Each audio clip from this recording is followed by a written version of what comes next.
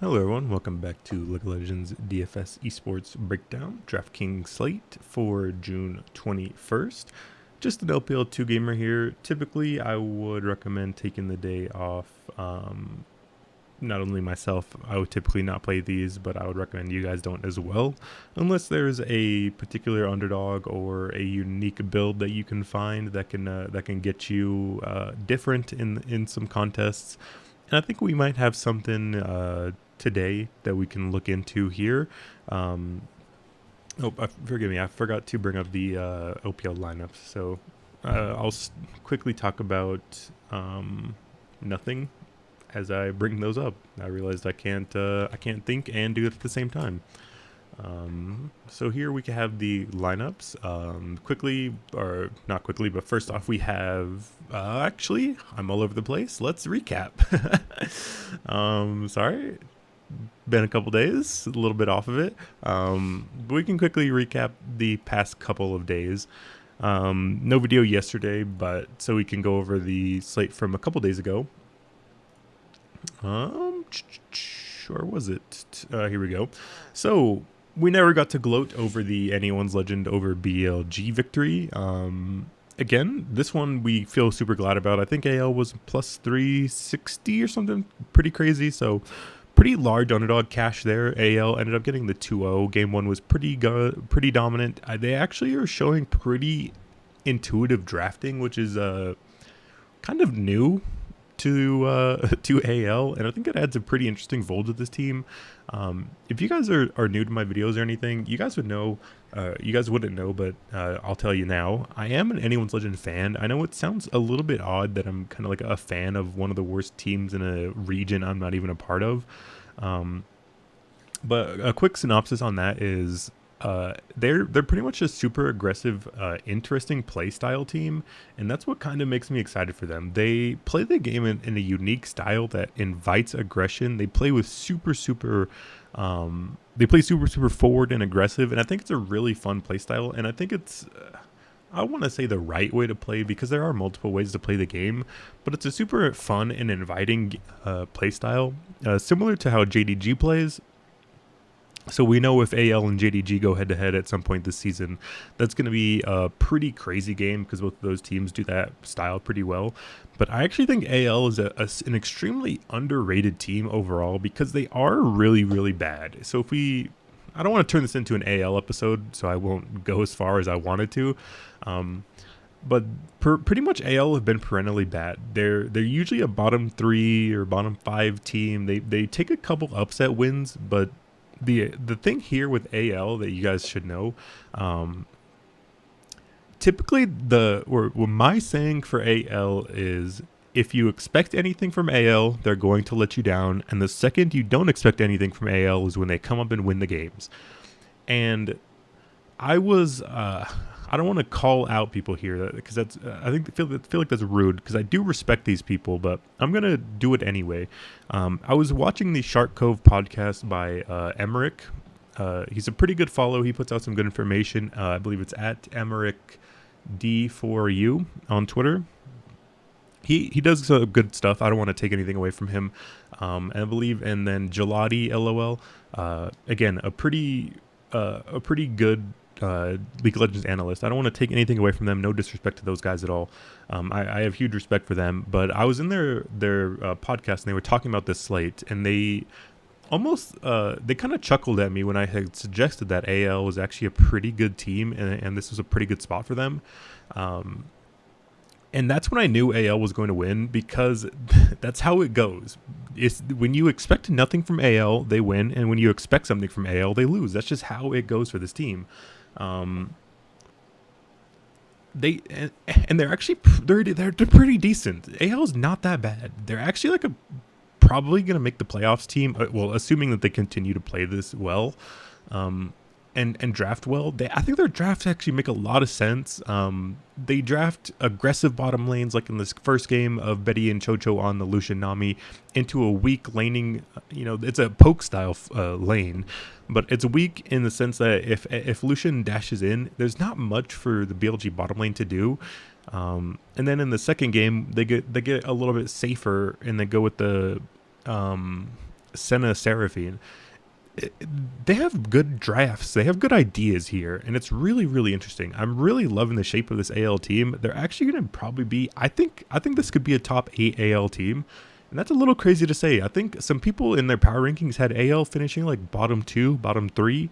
And I think that could be a top 8 team. Like, I actually think this team is really good. Their aggressive is actually making a lot more sense. And this is why I keep preaching that some of these teams just need to stick it out and play these rosters together and continue to learn and grow and improve together. And that's something I'm super, super glad the AL took the time to do. They spent last split playing with this roster, ZDZ, Xiao Hao, Forge, Betty, and Chocho. And they committed to this roster, and they said, we have potential in these players here. Let's give them the resources and time to learn, grow, and improve together. And we're finally seeing the fruits of that labor come to fruition. It's only been 3 series, and they are 2-1, so I don't want to get too crazy with it and proclaim them like anything beyond reasonable. But I personally legitimately can see AL finishing as a top 8 team here, just based off of these 3 series. Again, if we can go back to that adage I was just talking about, when you expect AL to do well is when they let you down. So maybe that is going to change, and they're actually going to continue to be decent. I don't know if the bookmakers are going to continue to disrespect AL, and we're going to continue to get pretty big prices on them against some other decent beatable teams. We'll have to wait and see on that, but I'm pretty excited for AL, and I'm very not in on BLG. We know Fofo's getting replaced by Icon here pretty soon. Don't know whether that's completely official or how long it's going to take, but we expect Icon to be signing with BLG here soon. So they're going to have a new mid laner here to go with Doggo, Chris, Wei, and Bin. Bin has not been playing great. He's getting a little bit exposed here. So it definitely makes sense. I think BLG got kind of swindled themselves here, because I didn't think Bin was better than Breathe, and it's definitely looking that way. Doggo and Crisp seem to be stuck with a pretty bad top side of the map and jungler, so it feels kind of bad for them. I think Doggo and Crisp deserve a little bit better when it comes to roster teammates, but they're just not looking great, and things are not looking good for that camp at all. So that's something to keep in mind. And then LNG ended up dropping a map to TT. TT are actually looking pretty good. I think these players are pretty good, and it definitely shows what I was preaching about all of spring with Beishuan. Beishuan is a good jungler. I don't know what FPX are thinking going with Clit over Beishuan, but Beishuan's finally getting a chance to improve. I think all of this TT roster are kind of misfits in terms of like teams didn't really want them. Like Puff and Southwind have moved around a couple times now. It's a kind of notorious bottom lane. Like they were on Vici, and then they moved over to IG, and it didn't work out there, so they're back down to TT Gaming. It seems like nobody wants Puff and Southwind. Seems like nobody wanted Yukao or Beishuan or Xiaosheng. So their players are finally getting together, and they're actually looking like a decent, coherent group here. Granted, I think LNG again is a team I'm a little bit overrating. I think LNG at the beginning of the season, I had higher expectations for them. They're obviously not looking like the number 1 team in the league at the moment. I mean, who knows, by the time playoff comes, we're going to be probably looking at very different teams all across the board. But as of now, not looking that great. TT are looking pretty decent, so I'm excited for a few of these teams. That's kind of what I'm leaving at.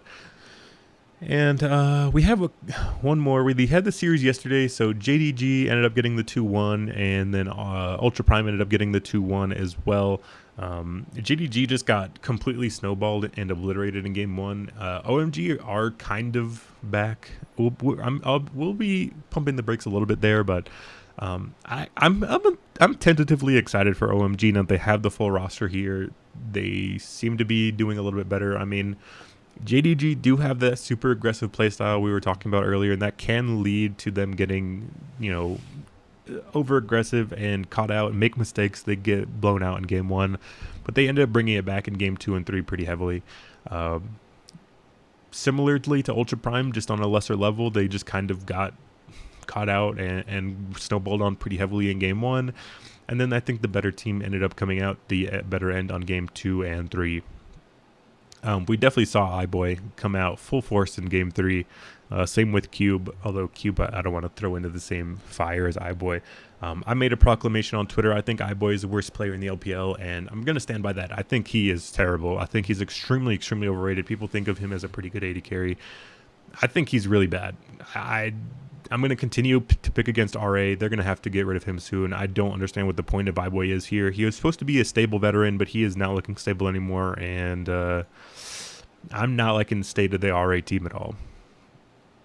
But quick, then we can move ahead and talk about tomorrow. So, right off the bat, again, LPL 2 gamer. I don't want to go too crazy with it here, but essentially, when I had looked at the slate, I thought these were going to be two pretty big. I thought this was going to be a V5 pretty big favorite, and then RNG Weibo coin flip, and I didn't want to be a part of it. But then I looked at the odds. V5 are not that big of a favorite, and an RNG are. I don't understand the RNG price here. I feel like RNG has not looked good since the MSI break, and Weibo, although they've definitely wildly inconsistent, I can't agree. I can't disagree with that at all. I'm gonna go with Weibo here, and I'm gonna go with V5. So V5, yes, I did think that they're not looking that great with Shalong, Battle, and Dream, but they are bringing Karsa back. I do think that changes things a lot. I think jungler is probably the most important role. It's either jungler or support, depending on the team and how they play. But I think jungle probably the biggest role, and I think Klid is probably one of the worst junglers in the league. I think Karsa is probably, I don't know, he's kind of up and down, but he's definitely better than Shalong Bao, that's for sure. And I think he's going to bring a good level of stability here. I could definitely see V5 getting the 2-0.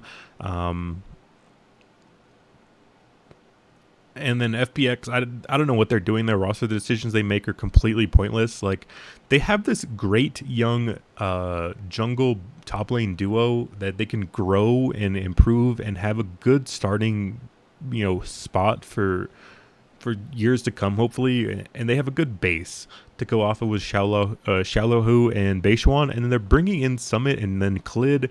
It's like, I don't know why they're bringing in these names for no reason when they have good young possibilities. They're already, again, they're looking to get rid of Shallohu and bring in Summit. I think that's a downgrade, at least for potential sake. Then they have Klid, who I think is a not good jungler. Care, LWX Hung, I think they're okay, but we're talking about going against one of the best teams in the league all of last split, again, like Photic and PP God. The only spot here that's close, you could argue, is mid lane between Care and Dream, but everywhere else I think is not really close. It's in favor of V5, so I'm going to be going with V5 here, and I think V5 2-0. And this one, RNG Weibo, I think this one goes 3 almost no matter what, and I think it's going to be a close game 3. And if that's the situation I expect, I'm just going to take the underdog of Weibo plus 168. That's the purpose of this video. Is I recommend not playing LPL 2 gamers unless you have a way to get unique. And I do think there are interesting ways to play this slate. We'll talk about roster construction in a little bit, but I think Weibo is a good chance to take this game against RNG. I think this is super close, like 50-50 coin flip game. RNG have not looked good so far since coming back from MSI. I know a lot of other people have said this as well, so I'm not the only one here, but I think they look pretty shaky in that first series. Maybe things are going to change. I mean, they are the MSI champions. I don't want to get too crazy with them, but I feel like if these are two, like, I think these two teams are pretty close in terms of skill when it comes down to, where they are in the league. We look at Weibo. They're probably like a 4 to 8th team. I think RNG's playing at a level it's like 4 to 8th. Maybe like top 6. I think both of these teams are probably top 6, and if one of these is a minus 200 favorite, I'm just going to take the underdog here. I mean, RNG barely skated through versus FPX, and I just went over how I think FPX is a pretty shit team. So with that said, I think these are two pretty close teams, two pretty closely contested teams. Like, if we look at the context of the league, I think they're both probably in like a 5 to 9 or something like that, 6 to 9 area in terms of skill, and stuff. You probably top 4. You would have like probably JDG, LNG, a full strength V5, maybe top esports. I'm not sure, but I just don't think Weibo and RNG or EDG for that matter are playing at a high level. They're probably in this like second group of teams, and I think RNG and Weibo is a very close series. We know Weibo is a wildly inconsistent roster that does, of course, bring concern. I could definitely see this series going 2-0 either way. But that's why I'm just going to lean with the underdog, and I think it's a close 50-50 coin flip match, and one of these is a big favorite and one of them is not. So I'm just going to take the underdog with Weibo here. So that's kind of picking out my two teams. We can look at the players here, and I do think when I was talking about getting a unique here, I think there's a possibility. I haven't seen the numbers, but I think a double top laner is possible here, and maybe the numbers will back me up here. So yeah, Rich and the Shy are both above 65%. That's usually a pretty good cutoff. I mean, Karsa and Xiaolong Bao are splitting stats here, so I probably wouldn't take too much from either of these. I'd probably just kind of ignore them both. Although jungler stats don't necessarily matter that much either way. But if we look, we could see like the Shy's above 60 and the Rich is above 60, almost at 70%. So definitely double top laner is an option. I think it's a pretty good way to get unique on top of playing with an underdog. If you enter a double top laner in anything single entry, you're probably going to be unique. I can't imagine people would go double top laner, especially with an underdog one, that's for sure. Yeah, I mean, although I probably wouldn't captain the Shy. Yeah, I mean, it's hard to deny his numbers so far. His numbers have actually been pretty good. Yeah, I mean, that's kind of all it comes down to here. SOFM numbers are pretty bad. PP Gods numbers are pretty bad, although I expect those definitely to improve here in this matchup. I wouldn't go too crazy with that one. Yeah, I mean, I think overall, when it comes down to what match you want to get a part of, I think V5 has good sweep potential. So I would like to get a good piece of V5. However, I don't think you're crazy going with a good amount of Weibo either. Their numbers are not that bad, especially like somebody like Huanfeng, that Weibo bottom lane, and then even Angel and the Shy, they're both putting up 65 plus, which is a fine kill participation number. So there's a lot of possibilities here, and I'll kind of leave it as an open interpretation up for you guys. But that's what I'm thinking. I think the double top laner as a little bit of a one-off way to get unique is a pretty good option. But I mean, as we could see, Fotic and Huanfeng are both at above 70% kill participation, both above 25% kill share. So those are going to be really solid options as well if you wanted to play a little bit more safe with the underdog pick of Weibo and then pair it up with V5. That definitely makes sense as well. But, very rarely do we get decent top lane options. So it could make sense to get a little bit unique and get a little bit different here and try to, throw a dart at the wall and maybe the double top laners come through. Rich has had some pretty good games so far. If we see Rich match history, yes, it only has the first match, but I think he had a couple good gangplank games in the second series. LPL scoreboards. I wonder, will it be in match history? Rich.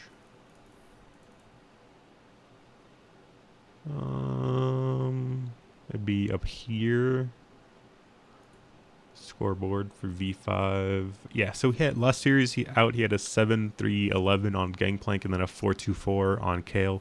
So they definitely have possibilities of playing through Rich pretty heavily.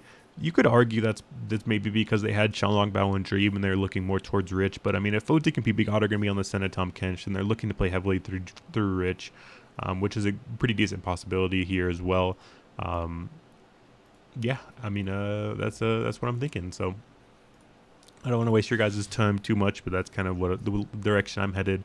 I don't know how I'm going to do my lineups or how I'm going to construct anything here, but for now, that's how I'm gonna structure it, and that's how I'm gonna look into the slate and try to get it a little bit different in this 2-gamer here. So that'll be it from me today. I will see you guys. I think tomorrow's should be a full slate.